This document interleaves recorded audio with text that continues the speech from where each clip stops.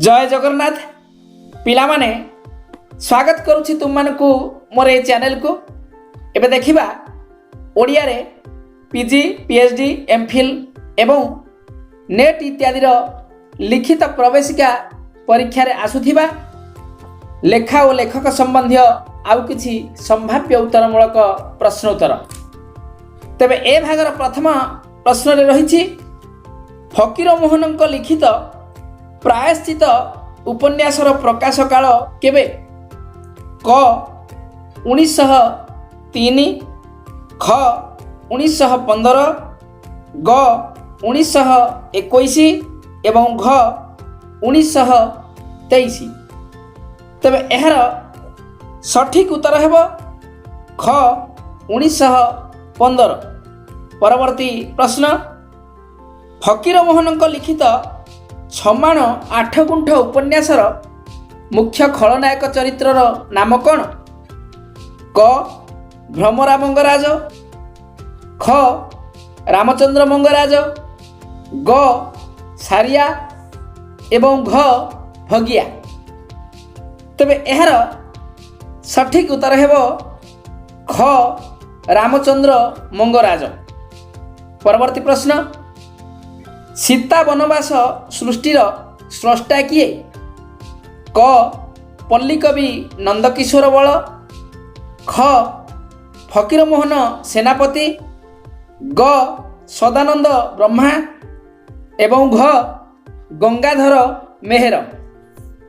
तेबे एहार सठिक उत्तर हेब क पल्लीकवि नंदकिशोर बल। परवर्ती प्रश्न केउ ओडिया साहित्य स्रष्टांक सृष्टि संभार मध्यरु नव बसंत भावना अन्यतम सृष्टि? क पल्लीकवि नंदकिशोर बल, ख भक्त कवि मधुसूदन, ग गंगाधर मेहर एवं घ राधानाथ राय। तेबे एहार सठिक उत्तर हेब ख भक्त कवि मधुसूदन।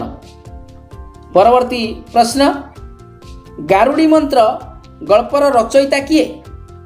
क पंडित नीलकंठ दास, ख समरेंद्र दास, ग फकीर मोहन सेनापति एवं घ गोदावरीश मिश्र। तेबे एहार सठिक उत्तर हेब ग फकीर मोहन सेनापति। परवर्ती प्रश्न वर्षा भावना कवितार स्रष्टा किए? क नंदकिशोर बल, ख राधानाथ राय, ग जदुमणि महापात्र एवं घ सदानंद ब्रह्मा। तेबे एहार सठिक उत्तर हेब क नंदकिशोर बल। परवर्ती प्रश्न शर्मिष्ठा केउ प्रख्यात ओडिया कविंक सृष्टि संभार?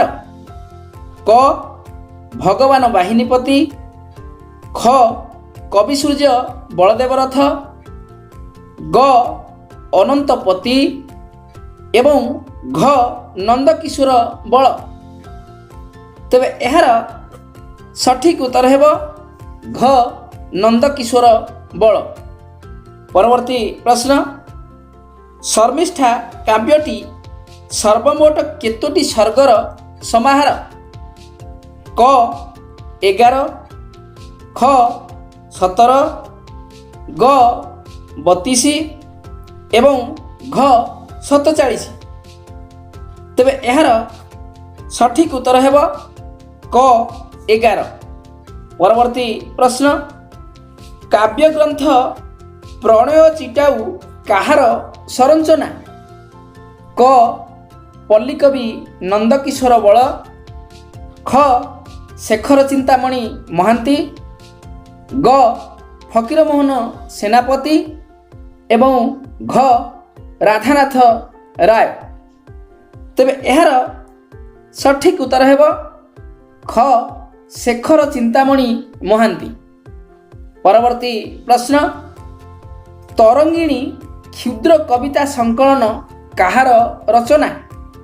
क कवि सूर्य ବଳଦେବ, ଖ ଭକ୍ତ କବି ମଧୁସୂଦନ, ଗ ପଲ୍ଲୀକବି ନନ୍ଦକିଶୋର ଏବଂ ଘ କବିବର ରାଧାନାଥ। ତେବେ ଏହାର ସଠିକ ଉତ୍ତର ହେବ ଗ ପଲ୍ଲୀକବି ନନ୍ଦକିଶୋର। ପରବର୍ତ୍ତୀ ପ୍ରଶ୍ନ, ରଘୁ ଅରକ୍ଷିତ ଉପନ୍ୟାସ କେଉଁ ପ୍ରଖ୍ୟାତ ଓଡ଼ିଆ କବିଙ୍କ ଦ୍ୱାରା ଲିଖିତ? କ ଫକୀରମୋହନ ସେନାପତି, ଖ କୁନ୍ତଳା କୁମାରୀ ସାବତ, ଗ ସଚ୍ଚିଦାନନ୍ଦ ରାଉତରାୟ ଏବଂ ଘ ରବି ସିଂ। ତେବେ ଏହାର ସଠିକ ଉତ୍ତର ହେବ ଖ କୁନ୍ତଳା କୁମାରୀ ସାବତ। ପରବର୍ତ୍ତୀ ପ୍ରଶ୍ନ, ଉପନ୍ୟାସ ବୁଲା ଫକୀର କାହା ଦ୍ୱାରା ରଚିତ? କ କବି ଶେଖର ଚିନ୍ତାମଣି ମହାନ୍ତି, ଖ କୁନ୍ତଳା କୁମାରୀ ସାବତ, ଗ ବିମ୍ବାଧର ମିଶ୍ର ଏବଂ ଘ ବିଭୂତି ପଟ୍ଟନାୟକ। ତେବେ ଏହାର ସଠିକ ଉତ୍ତର ହେବ କ କବି ଶେଖର ଚିନ୍ତାମଣି ମହାନ୍ତି। ପରବର୍ତ୍ତୀ ପ୍ରଶ୍ନ, ନିମ୍ନସ୍ଥ କେଉଁ କାବ୍ୟ ଗ୍ରନ୍ଥଟି କବି କୁନ୍ତଳା କୁମାରୀ ସାବତଙ୍କ ଦ୍ୱାରା ସୃଷ୍ଟି? କ ପ୍ରେମ ଚିନ୍ତାମଣି, ଖ ମେଘାସନ, ଗ କୃଷ୍ଣକୁମାରୀ ଏବଂ ଘ କନକଲତା। ତେବେ ଏହାର ସଠିକ ଉତ୍ତର ହେବ କ ପ୍ରେମ ଚିନ୍ତାମଣି। ଦେଖିବା ପରବର୍ତ୍ତୀ ପ୍ରଶ୍ନ, ଉପନ୍ୟାସ ଟଙ୍କା ଗଛ କେଉଁ ମହାନ ସାହିତ୍ୟିକଙ୍କ ଦ୍ୱାରା ରଚିତ? କ କୁନ୍ତଳା କୁମାରୀ ସାବତ, ଖ କବି ଶେଖର ଚିନ୍ତାମଣି ମହାନ୍ତି, ଗ କିଶୋରୀ ଚରଣ ପାଣିଗ୍ରାହୀ ଏବଂ ଘ ଶମ୍ଭୁନାଥ ରଥ। ତେବେ ଏହାର ସଠିକ ଉତ୍ତର ହେବ ଖ କବି ଶେଖର ଚିନ୍ତାମଣି ମହାନ୍ତି। ପରବର୍ତ୍ତୀ ପ୍ରଶ୍ନ, ନିମ୍ନ ପ୍ରଦତ୍ତ କେଉଁ ଉପନ୍ୟାସଟି ନାରୀ କବି କୁନ୍ତଳା କୁମାରୀଙ୍କ ଦ୍ୱାରା ରଚିତ? କ ଭ୍ରାନ୍ତି, ଖ ଦାନାପାଣି, ଗ ଭାତ ଏବଂ ଘ ଅଶ୍ରୁ ଅନେକ। ତେବେ ଏହାର ସଠିକ ଉତ୍ତର ହେବ କ ଭ୍ରାନ୍ତି। ପରବର୍ତ୍ତୀ ପ୍ରଶ୍ନ, କାବ୍ୟଗ୍ରନ୍ଥ ଓଡ଼ିଆଙ୍କ କାନ୍ଦଣାର ସ୍ରଷ୍ଟା କିଏ? କ କବି ଶେଖର ଚିନ୍ତାମଣି ମହାନ୍ତି, ଖ କବି ସୂର୍ଯ୍ୟ ବଳଦେବ ରଥ, ଗ ମୁକ୍ତିକାନ୍ତ ମୁଦୁଲି ଏବଂ ଘ କୁନ୍ତଳା କୁମାରୀ ସାବତ। ତେବେ ଏହାର ସଠିକ ଉତ୍ତର ହେବ ଘ କୁନ୍ତଳା କୁମାରୀ ସାବତ। ପରବର୍ତ୍ତୀ ପ୍ରଶ୍ନ, କଣା ମାମୁଁ ଉପନ୍ୟାସର ରଚୟିତା କିଏ? କ ବିରଞ୍ଚି ନାରାୟଣ ଭୂୟାଁ, ଖ ସୁରେନ୍ଦ୍ର ମହାନ୍ତି, ଗ କାନ୍ତକବି ଲକ୍ଷ୍ମୀକାନ୍ତ ମହାପାତ୍ର ଏବଂ ଘ କୁନ୍ତଳା କୁମାରୀ ସାବତ। ତେବେ ଏହାର ସଠିକ ଉତ୍ତର ହେବ ଗ କାନ୍ତକବି ଲକ୍ଷ୍ମୀକାନ୍ତ ମହାପାତ୍ର। ପରବର୍ତ୍ତୀ ପ୍ରଶ୍ନ, କବିତା ସଂକଳନ ଅବକାଶ ଚିନ୍ତା କେଉଁ ସ୍ରଷ୍ଟାଙ୍କର ସାହିତ୍ୟ ସୃଷ୍ଟି? କ କାନ୍ତକବି ଲକ୍ଷ୍ମୀକାନ୍ତ ମହାପାତ୍ର, ଖ ଉତ୍କଳମଣି ଗୋପବନ୍ଧୁ ଦାସ, ଗ କୁନ୍ତଳା କୁମାରୀ ସାବତ ଏବଂ ଘ ପଲ୍ଲୀକବି ନନ୍ଦକିଶୋର ବଳ। ତେବେ ଏହାର ସଠିକ ଉତ୍ତର ହେବ ଖ ଉତ୍କଳମଣି ଗୋପବନ୍ଧୁ ଦାସ। ପରବର୍ତ୍ତୀ ପ୍ରଶ୍ନ, ଜୀବନ ସଙ୍ଗୀତ କେଉଁ ମହାନ ଓଡ଼ିଆ ସାହିତ୍ୟିକଙ୍କ କାବ୍ୟ ସଂକଳନ? କ ପଲ୍ଲୀକବି ନନ୍ଦକିଶୋର ବଳ, ଖ କାନ୍ତକବି ଲକ୍ଷ୍ମୀକାନ୍ତ, ଗ ସ୍ୱଭାବ କବି ଗଙ୍ଗାଧର ଏବଂ ଘ କବି ସୂର୍ଯ୍ୟ ବଳଦେବ ରଥ। ତେବେ ଏହାର ସଠିକ ଉତ୍ତର ହେବ ଖ କାନ୍ତ କବି ଲକ୍ଷ୍ମୀକାନ୍ତ। ପରବର୍ତ୍ତୀ ପ୍ରଶ୍ନ, ନଅତୁଣ୍ଡ ଉପନ୍ୟାସର ସ୍ରଷ୍ଟା କିଏ? କ କୁନ୍ତଳା କୁମାରୀ ସାବତ, ଖ କାନ୍ତ କବି ଲକ୍ଷ୍ମୀକାନ୍ତ ମହାପାତ୍ର, ଗ ଉତ୍କଳମଣି ଗୋପବନ୍ଧୁ ଦାସ ଏବଂ ଘ ସାଧୁଚରଣ ମିଶ୍ର। ତେବେ ଏହାର ସଠିକ୍ ଉତ୍ତର ହେବ କ କୁନ୍ତଳା କୁମାରୀ ସାବତ। ପରବର୍ତ୍ତୀ ପ୍ରଶ୍ନ, ଦାସ ନାୟକ କାବ୍ୟ ଗ୍ରନ୍ଥଟି କେଉଁ ବିଶିଷ୍ଟ କାବ୍ୟକାରଙ୍କ ସୃଷ୍ଟି ସର୍ଜନା? କ ଉତ୍କଳମଣି ଗୋପବନ୍ଧୁ ଦାସ, ଖ ଡକ୍ଟର ମାୟାଧର ମାନସିଂ, ଗ ନନ୍ଦକିଶୋର ବଳ ଏବଂ ଘ ପଣ୍ଡିତ ନୀଳକଣ୍ଠ ଦାସ। ତେବେ ଏହାର ସଠିକ୍ ଉତ୍ତର ହେବ ଘ ପଣ୍ଡିତ ନୀଳକଣ୍ଠ ଦାସ। ପରବର୍ତ୍ତୀ ପ୍ରଶ୍ନ, ଗୋ ମହାତ୍ମ୍ୟ କବିତା ଗ୍ରନ୍ଥର ରଚୟିତା କିଏ? କ ପଣ୍ଡିତ ନୀଳକଣ୍ଠ ଦାସ, ଖ ଗୋପବନ୍ଧୁ ଦାସ, ଗ କୁନ୍ତଳା କୁମାରୀ ସାବତ ଏବଂ ଘ କାନ୍ତ କବି ଲକ୍ଷ୍ମୀକାନ୍ତ ମହାପାତ୍ର। ତେବେ ଏହାର ସଠିକ୍ ଉତ୍ତର ହେବ ଖ ଗୋପବନ୍ଧୁ ଦାସ। ପରବର୍ତ୍ତୀ ପ୍ରଶ୍ନ, ଭକ୍ତିଗାଥା କବିତା ସଂକଳନର ରଚୟିତା କିଏ? କ ପଣ୍ଡିତ ନୀଳକଣ୍ଠ ଦାସ, ଖ ଆଚାର୍ଯ୍ୟ ହରିହର, ଗ ସଚ୍ଚିଦାନନ୍ଦ ରାଉତରାୟ ଏବଂ ଘ ଗୋପବନ୍ଧୁ ଦାସ। ତେବେ ଏହାର ସଠିକ୍ ଉତ୍ତର ହେବ କ ପଣ୍ଡିତ ନୀଳକଣ୍ଠ ଦାସ। ପରବର୍ତ୍ତୀ ପ୍ରଶ୍ନ, ପଣ୍ଡିତ ନୀଳକଣ୍ଠ ଦାସଙ୍କର ଜନ୍ମ କେବେ ହୋଇଥିଲା? କ 1821, ଖ 1836, ଗ 1870 ଏବଂ ଘ 1884।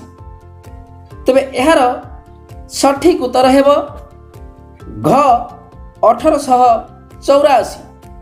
ପରବର୍ତ୍ତୀ ପ୍ରଶ୍ନ, ନଚିକେତା କାବ୍ୟର ରଚୟିତା କିଏ?